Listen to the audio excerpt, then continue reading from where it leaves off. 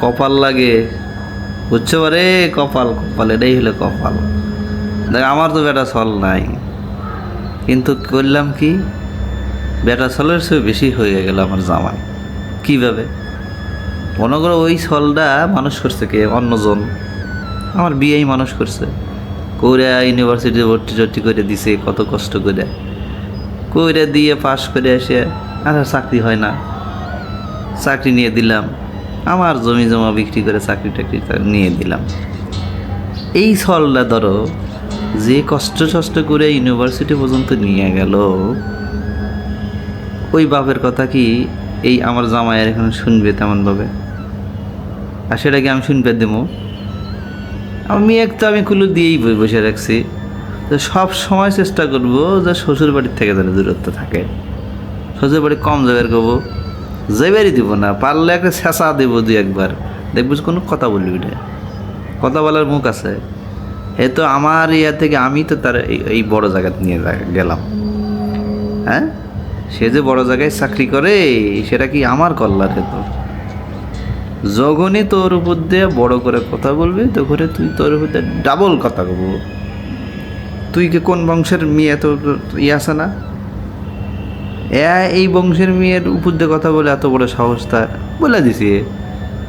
এখন শুনি জামাই আমার মেয়ে যদি বলে এটা আজকের দিন, তো দিন, রাত বললে তো রাত, তাহলে বোঝো কপাল না?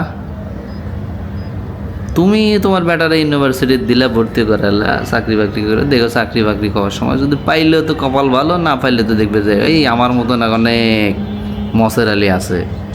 এই মসের আলীগুলোই কিন্তু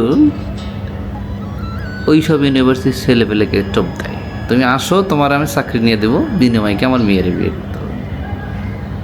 এই যে টোপটা গিলা যায়, ছেলেটাও দেখে যে আসলে আর চাকরি বাকরি হচ্ছে না, হ্যাঁ আমার বাপের তো ওই সামর্থ্য তো নাই, যদি চাকরি নিয়ে দিতেই পারে, বিয়ে নাই করলাম, সমস্যা কী? এই টোপ গিলা কিন্তু বিয়ে শাদী করে পরে সারা জীবন পস্তাতে থাকে। আর এরকম অহরহ ঘটনা কিন্তু বাংলাদেশে আছে। চাকরি, পড়াশোনা, দেখো সব কিছু কপাল। কবে চা খাও, আগে খাইছো বিড়ি, এখন বিড়ি খাবে না, জামাই টাকা দিয়ে এলো, জামাই আমার বিড়ি বাদ দাও, সিগারেট দাও। 2টা সিগারেট খাবে, এক ডাইন হাত দিয়ে খাবা, একটা বাম হাত দিয়ে খাবা। বিড়ি শেষ হতে না হতে হতে পান দিবে, পান ধরে দিবা। 2টা পান খাবো, একটা মিষ্টি জর্দার, একটা হাকিমপুরি জর্দার দেখাবো।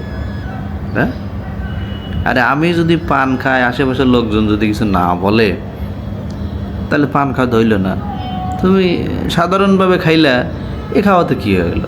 তোমার থেকে কেউ তাকাবে না, তুমি দেখবে যে খাইবে, একসাথে 2টা পান খাও, ডান হাতে একটা চা খাবে, একটা বাম হাতে চা খাবে, লোকজন দেখবে, হ্যাঁ বলবো যে হ্যাঁ এটা মদ ছল খাচ্ছে,